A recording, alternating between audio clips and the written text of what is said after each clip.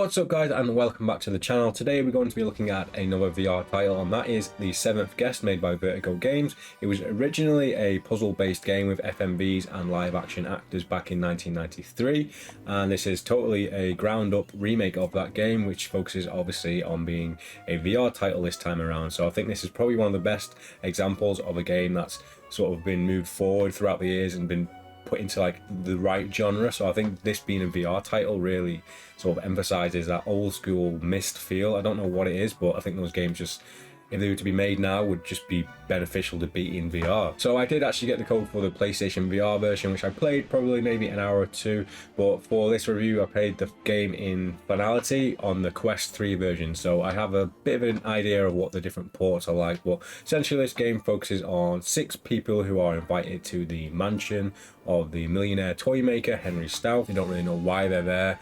They have to figure out all these puzzles in order to win the prize, which I'm assuming is to win his fortune. So I don't want to go too far into spoilers, but these 7 people are all a bit shady, and they are all live action as well. So they've done a really weird thing with this game where they're live action, but they look almost ghostly and translucent. I would say the graphics on the PSVR 2 version were more realistic. The Quest one seemed a little weird. I don't know what it was. It maybe added to the effect of them looking ghostly, but they're not actually there. You're seeing them as a memory, so you're sort of seeing these scenes after the fact of them happening, and just yeah, it was a really weird thing. So this game is all about going through the different rooms in the mansion and figuring out all of the mind-bending puzzles, and a lot of them are very, I don't know if they're tough, but some of them are very complex to figure out, and some of them are probably easier than you think they're going to be, but you spend about 3 hours doing something, and when you realize how easy it actually was, then you just look stupid. But I think the first time I played it, when I played it on the PlayStation, I was stuck on that first puzzle for literally 20 minutes, and that's why I decided not to do a playthrough of this one. It's just because I thought this is going to take me a long time just standing there, just not saying anything and doing this one puzzle, which is probably really easy in hindsight. So each of the characters has their own personality and own motives for why they are there and why they want to win this prize, or why they want to go through all of this torture for it anyway. So essentially the way this game works is that there is many rooms in the house which you can actually check out on this little handy Ouija board map thing that you pull out, and it has like a planchette where you can look around the rooms of the house. You can also use this to ask for guidance and help by using the coins that you find in the game. So if you are finding something particularly tough, you can ask for hints and actually skip the puzzle entirely if you want to. But the rooms in the house, they're all segmented into unlocked and locked, and as you get through the game, if you do a couple of the room, time will pass and you'll actually have access to more rooms. So it's, as the night is going on, the guests in the house are having more access to different areas because they've finished the previous puzzle. So it's cool in that way that it's sort of doing the events of the characters as they're getting through the story, whereas you are the 7th guest. You're just this person who's kind of there afterwards, I guess, reliving the story. A lot of the puzzles in this game focus around you using this weird magic lantern, which I don't know how it works, but you have this lantern that you can use to look around the house and objects, and it basically brings them back to life. So this place is quite run down, and I don't know how long it's been empty for, but if you use your lantern and just run it across the carpets and the windows, you'll see them get all nice and cleaned up, and it's a really cool effect. And I just found myself wanting to do it every time I saw a portrait, because they're the best parts about this one. Is the portrait pictures.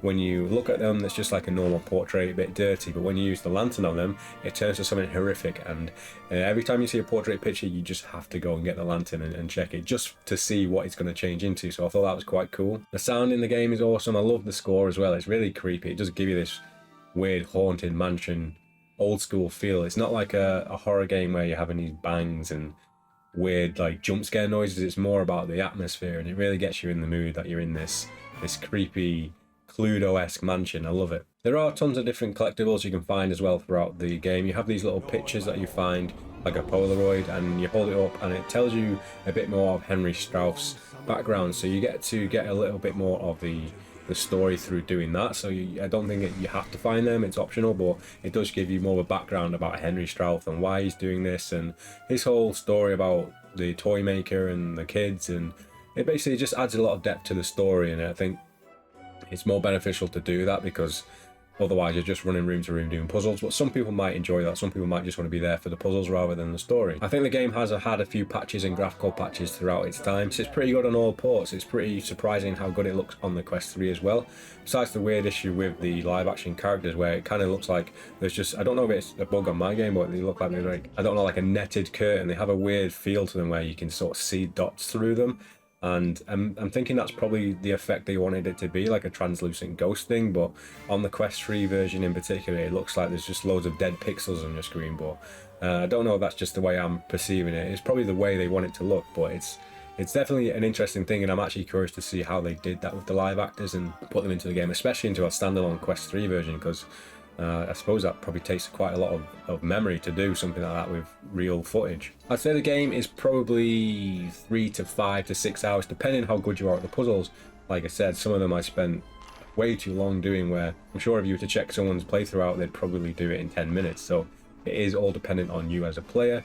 The one thing I will say about this game is that it's not the type of game for you to play when you're in a rush or you just want to drop in and do a few puzzles, because you could find yourself being stuck there for 20 minutes and not making any progress. You kind of want to be relaxed and ready to just spend a little time in this game and just enjoy the atmosphere and get through the puzzles, because that's one thing that I was struggling with. Is I was trying to do recordings, but I also was running out of memory on my headset and I had other things to do, so I was like jumping in and trying to get something done, and when I wasn't getting the puzzles right, I was getting a bit frustrated. So this is definitely more for people who just want to relax, get into this game and just, you know, see it for all it has, all the puzzles, all the atmosphere.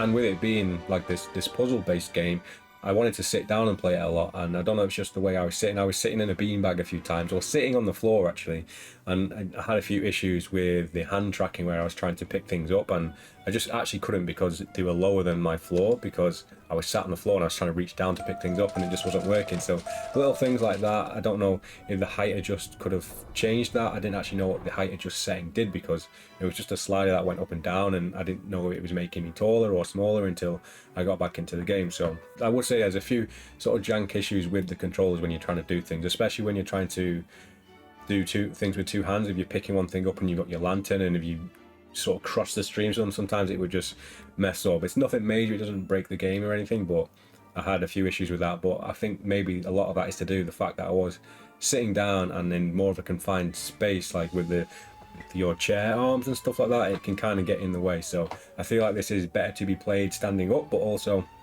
standing up and playing a game like this can be quite fatiguing if you're just there trying to solve a puzzle. So they're not like massive complaints about the game or anything, it was just my experience with it. Those are my thoughts on Vertigo's The Seventh Guest remake, and yeah, by the end of it I was really enjoying it. I got into the story a bit more, and just figuring out these puzzles is the most like interesting thing about it. It's one of those things where you can get a hint if you want, but you just want to figure out for yourself, and when you do ever get a hint, then you just wish that you never got that, because it's so easy. But yeah, it's quite challenging in a way, especially if you're a younger person, like a child or like a young teenager. I feel like you'd have quite a tough time figuring out some of these puzzles. Overall, I had a good time with it, and yeah, I would recommend playing it on either of the platforms really. I've heard the PC version is more superior, but obviously that cuts off a lot of people from having access to that version. So thank you so much for watching my review of Seventh Guest. I hope you've enjoyed it, and stay tuned for more VR content. I'm currently playing Organ Quarter, and I have quite a few more to play, so hopefully we can get some of these before some of the big hitters come out for the rest of the year. So let me know down below in the comments section your thoughts on this game, on the versions, the port versions, and which is the one you played it on, and I will see you guys again in the next video.